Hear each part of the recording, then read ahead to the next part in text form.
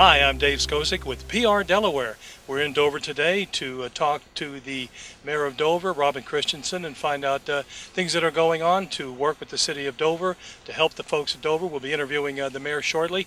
We're also going to Dover Downs today to talk about the Dover Motorsports with the Vice President there. And we will also talk to Judy Diogo, the president of the Central Delaware Chamber of Commerce, find out what's happening in the business community. Stay tuned. We'll be right back after these messages.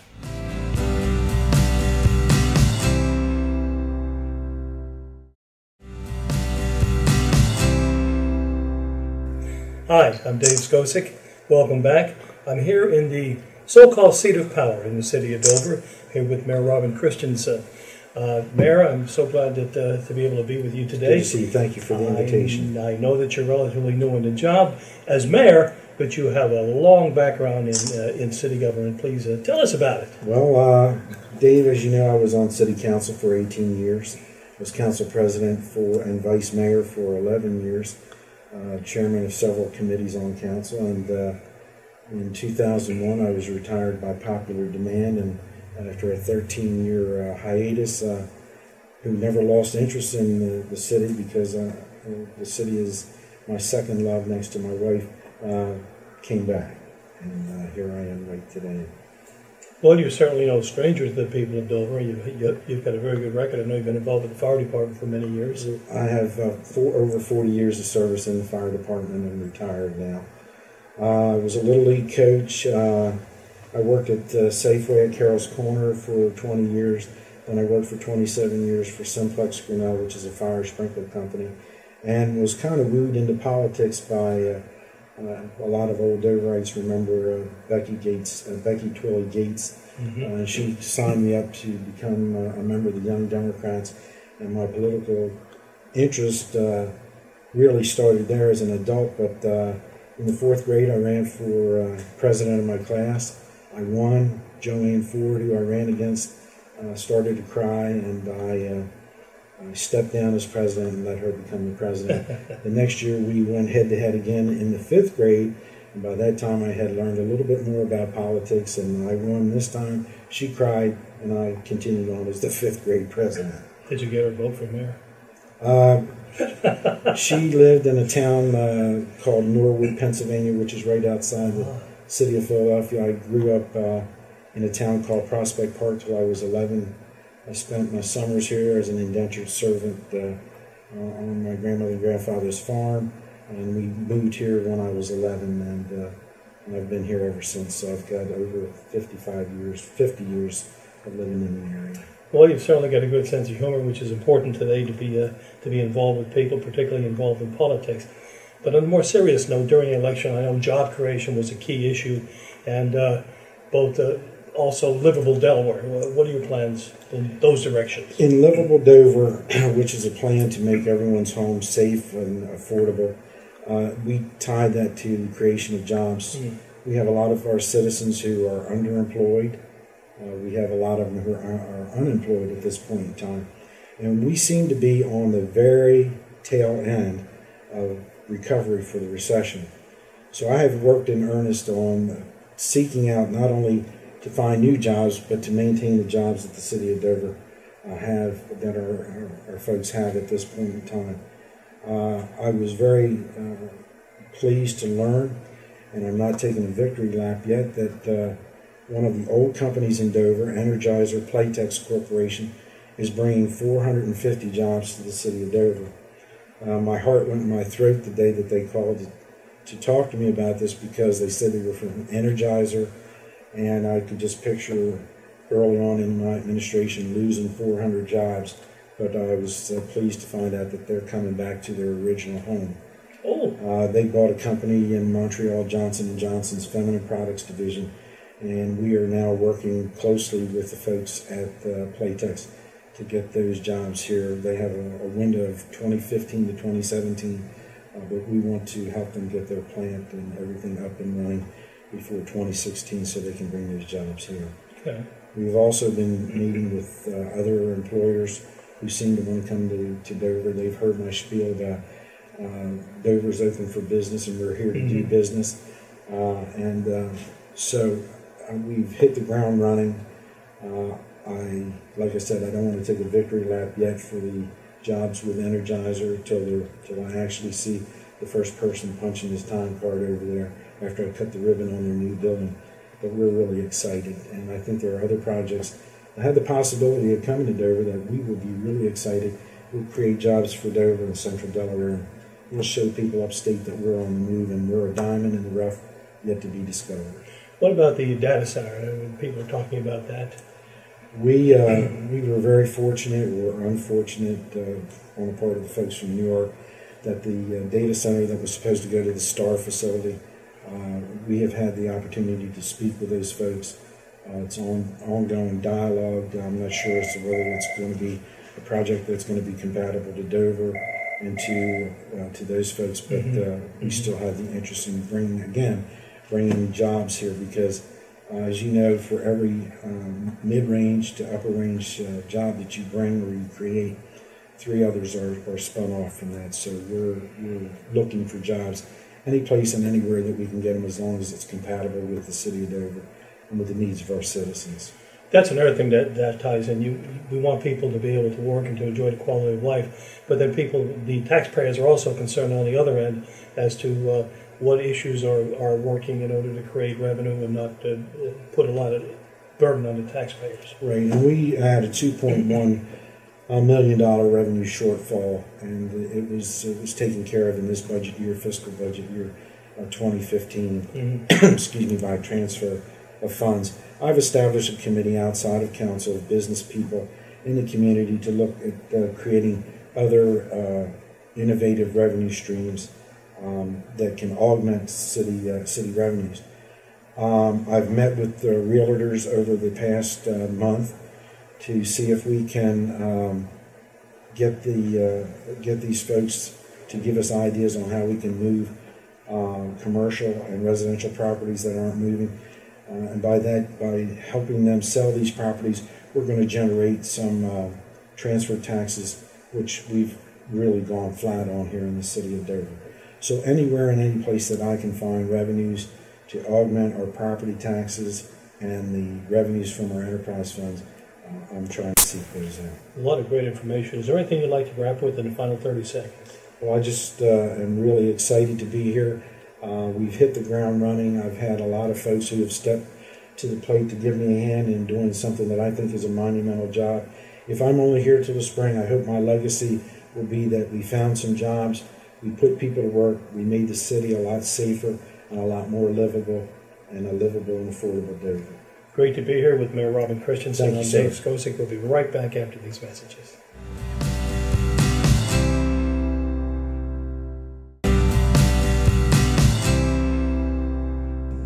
Hi, Dave Skocik, and we're back from break.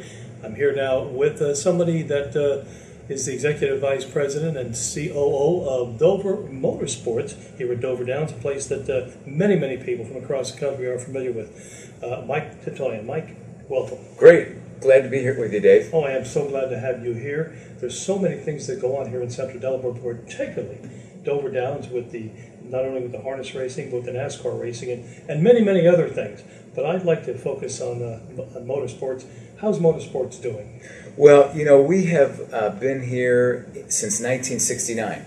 NASCAR has its traits all the way back to the bootlegging days, 60, 65 years ago. But we had our first race here in 1969. Richard Petty, he is the king of our sport, won the first race here. And so for the last 45 years, we've been running NASCAR, and it's been a terrific run. We run 2 major weekends, one in the spring, one in the fall.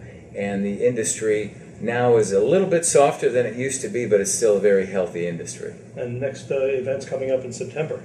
End of September, yep, we'll have, it's going to be an exciting time. NASCAR has changed its championship format, and in our particular race, 16 drivers will qualify for the championship, and at our particular race, 4 of those drivers will get dropped out.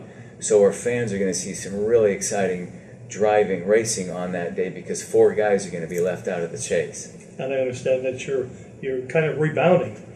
We are. You know, NASCAR, it's been an interesting track since they started back in 65 some odd years ago. But for us, the sport really took off. And it was really about the time in 2001 when Dale Earnhardt Sr. was killed at Daytona. Since then, the sport has been a little bit challenged. And then what really, the pinnacle of the challenge was in the 2007, 2008, where the economy really took a nosedive. For everybody. For everybody. And we certainly felt it here. So we really now feel like we're rebuilding that NASCAR base, but we need to introduce it to a new audience. Our old audience literally is an older audience, and the networks are doing a terrific job on television now. And so that older demographic, it's a little more comfortable to stay home and watch it on a beautiful flat screen TV. So we're really introducing the sport to some new first-time buyers, as well as trying to get it into the younger demographic, the kids. And I know for the campers, there are a lot of people who come down here and spend almost a week together with old friends. They meet new friends. And how is that with the younger people? Do you see them with that same trend, want to come down and camp? Well, it's a little different. You know, you're exactly right about the NASCAR community. It really is a community. I mean, it's a culture, and a lot of the NASCAR fans will travel from track to track to track, and like you said, you really form some relationships with other fans, and so they're always there camping at the same spot. They'll take a week's vacation. The younger demographic that's changing. Our camping numbers certainly aren't what they were back in the day. And the younger demographic, we at least feel their attention span is not quite the same as the older NASCAR demographic. So we're really trying to adjust to how we market and how we really go to market with the product of NASCAR. We don't own the product, we're reselling the product as a track promoter. So what we do is NASCAR, for the most part, the simplified version is they're responsible for everything on the track, and then we're responsible for everything that happens outside of the track. So our responsibility is really to create as much of an event as we can outside of the track. So to do that, we really have to focus on the younger demographic that may not be as committed to camping for 2 or 3 or 4 days or a week like the older demographic. So we're really going through a transition as a sport. We're going through a transition. So I imagine social media is a big part of that now. Social media is the most critical component of the new fan. And to that end, one of the challenges that all of the facilities of our size, not just in motorsports, but in the NFL, in the inside of arenas, at Major League Baseball stadiums, is the ability to utilize social media. I mean, everybody loves to upload and download and tweet and get on Facebook and really utilize all of the advantages of social media. But you can only do that if you have room, if you can get a clear signal. And when you get a lot of people in a confined area, the pipeline gets tight and you can't get a good connection. So what we're doing as a facility is we're making sure that we have the infrastructure in place so people can use social media. Without social media, without having that advantage for the younger demographic, they're not going to come back because they're they're addicted to that phone. Sure. And so am I. I think a lot of people are. And if you don't get a signal, you get frustrated. We want to make sure that they've got that signal. Now, how would they find out more about that? What website would they go to? Well, they can go to DoverSpeedway.com and they can follow the progress of where we are on the project. DoverSpeedway.com. And our infrastructure will be in place for our spring race of 2015. We'll have this place wired up. Hopefully that we won't have that challenge. Now, speaking about younger people, tell me about Firefly. That is a different demographic, no question. You know, part of the challenges that we just talked about with the racing industry being soft, our attendances were rebuilding. We really decided that we needed to focus on incremental ways to generate revenue.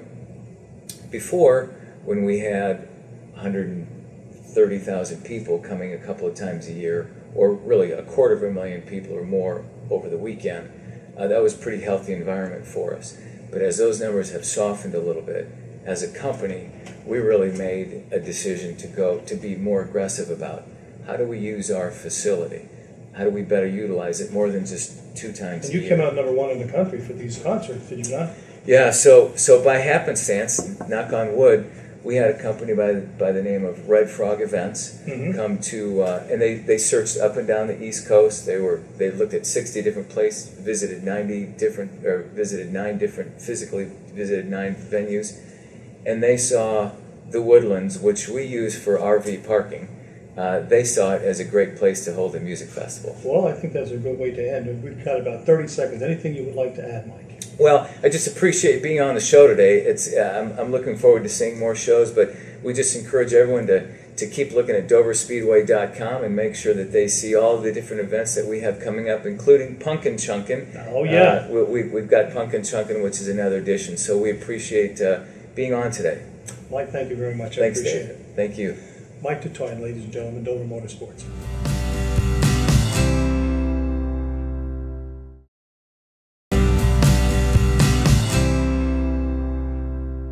Hello, welcome back. I'm here today with Judy Diogo, the president of the Central Delaware Chamber of Commerce, an organization that provides a lot of activities. I think it's 30-some a month for Central Delaware, for the business people, and also the public here in Central Delaware. Judy, welcome to the program. Thank you very much. Thanks for having me. Tell me what you like about the chamber. What do I like about the You chamber? do such a good job. Well, the thing I like most about the chamber is our members. I really do. I think by far we have the most dedicated, most engaged, and most talented businesses that are part of this organization. And they help us make the organization better each and every day, just through our interaction with them. It's tremendous. Well, of all the chambers in Delaware, I think there are 13 or 14, there's only one that's nationally accredited. Not only are you nationally accredited, but you recently were elevated to a 5-star rating. How did you do that? Well, we did that with a lot of help from our members, and we did that by really trying to focus on what value and what benefits that we offer here at the Central Delaware Chamber. The way the accreditation works, there are actually 7,077 chambers in the United States of America, and the U.S. Chamber of Commerce has a set of criteria, and they grade you according to that criteria.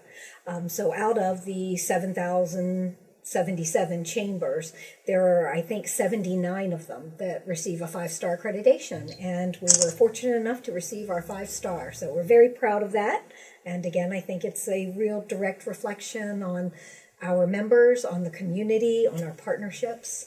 It's got to be a lot of paperwork, though, in order to qualify for all that. Is it by activities and outreach? There's actually 9 different segments that they grade you on. It's your activities, it's the programs that you offer, it's your educational programs, it's your governance, it's your budget, it's your board, how you're formed, your program of work. It takes us a year to actually prepare for the accreditation. And you've got so many members for Central Delaware. We think Delaware is a small state. It is, but still, how do you make so many connections? You've got over 1,000 members, I think it is. Not quite, not yet, but Right, we're close. shooting for it. We're at 965 members. We are shooting for 1,000, and we are hoping to have that by the end of September. And I think really the way that we get out there to businesses is through the events, and in the course of the year, we have 73 different events that we host that provide our members with good networking opportunities, that provide them with good avenues to showcase their business. Because at the end of the day, that's what we're here for. What are your favorite events? Are they the mixers or? Oh, wow, gosh, my favorite ones. I do love the Sunset Business Mixers because we've really seen those change. They're the complete, we have such a different group of people who attend those. When I first started with the chamber, we had about maybe 40 to 60 people at mixers. Now we have 125 to 150 people at a mixer. So they just keep growing because people keep bringing more people with them because they see the value in that opportunity. But I also really love our expos too, because our expos really showcase the goods and services that our members provide. And, it's very easy to be sitting home and thinking, oh, I need to buy a gift for so-and-so. And you're like, oh, I think they would really like that. And you forget that you can actually purchase that right here in Kent County. You don't have to go online. It's right here. You just have to open your eyes and look because it's here. As a chamber member myself, I'm always amazed at the emails that I get about so many things that are happening at any particular given time. Also, you're involved politically, advocating for businesses. Yes, the Central Delaware Chamber is definitely the voice of the businesses in Central Delaware. We're active on a number of different task force, different councils, and we also have a Legislative Affairs Committee, which they meet approximately 8 months out of the year. The Legislative Affairs Committee will meet. This year, we actually tracked 24 different pieces of legislation that were going to have an impact on our membership. Some of that was a good impact, and some of it was a not so good impact. But we tracked those. We also will go down and we'll testify live during the General Assembly. And you also get input from the public at large as well. Yes, we do. And to keep our members really in tune, what we try to do is we send out legislative calls to action, legislative alerts, because keeping our members engaged in that process is paramount, because all of our efforts have to be grassroots efforts. That's how we do our lobbying. That's how we're most effective. What I like too is you do a regular column in the Delaware State News to let the public know what you're doing and what directions that you're going in and how it would benefit them as well. Yeah, we're very fortunate to have the partnership we have with Delaware State News, and they have been providing us with a Chamber Corner article in the Monday paper. I think we're going on now probably 2 full years. They've been offering that to us, and it's been a great way of getting out information, not just about the Chamber though, but about things happening in the community. You know, different events, whether we're hosting them or not. There is so much here to do in Kent County. And businesses really have the opportunity to host an event, but it's so popular they've got to get in line to say, I would like to have a mixer. Yes, we actually have at least a year, if not 18 months, of a waiting list for chamber mixers. So I can see where it benefits the businesses. What do you see as the challenges in the coming year? I think the big challenges are going to be keeping Central Delaware open for business, making Central Delaware as business friendly as we can be.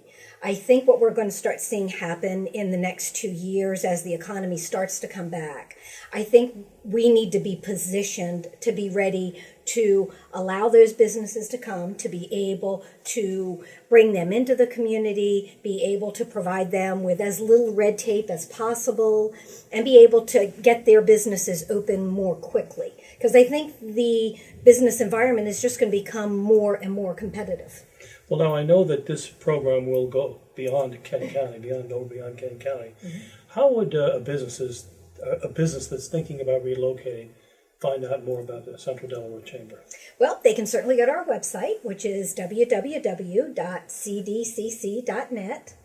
Or they can certainly come the first Thursday of every month. We have a program that's called Kent County is Open for Business at Kent County Levy Court, and they are welcome to come there from 8 a.m. to 10. That is a neat thing, because I know I've been there and I've seen the people that come here, new businesses and such, and have asked basic questions. That's how I met the good folks down from Chick-fil-A about 2 years ago as they were looking to set up. And it's amazing that the questions that people ask, but that they need to know about coming here, about what they can expect. Well, we've got about 30 seconds to wrap. Is there anything that you would like to add? I would just like to tell everybody that, again, if you've never been to Kent County, you need to come because there's a lot here. And for all of those folks who are here in Kent County, support your local businesses. Get out there and shop local. That's a wonderful way to close, and we'll be right back after these messages. I am with Judy Diogo, President of the Central Delaware Chamber of Commerce. Hi, Dave Skocik here. Glad you enjoyed today's program. We'll be all over Dover, all over Central Delaware in the coming weeks. Please stay tuned so that you can find out what's happening right here in Kent County and Dover, Delaware. Take care. Have a great week.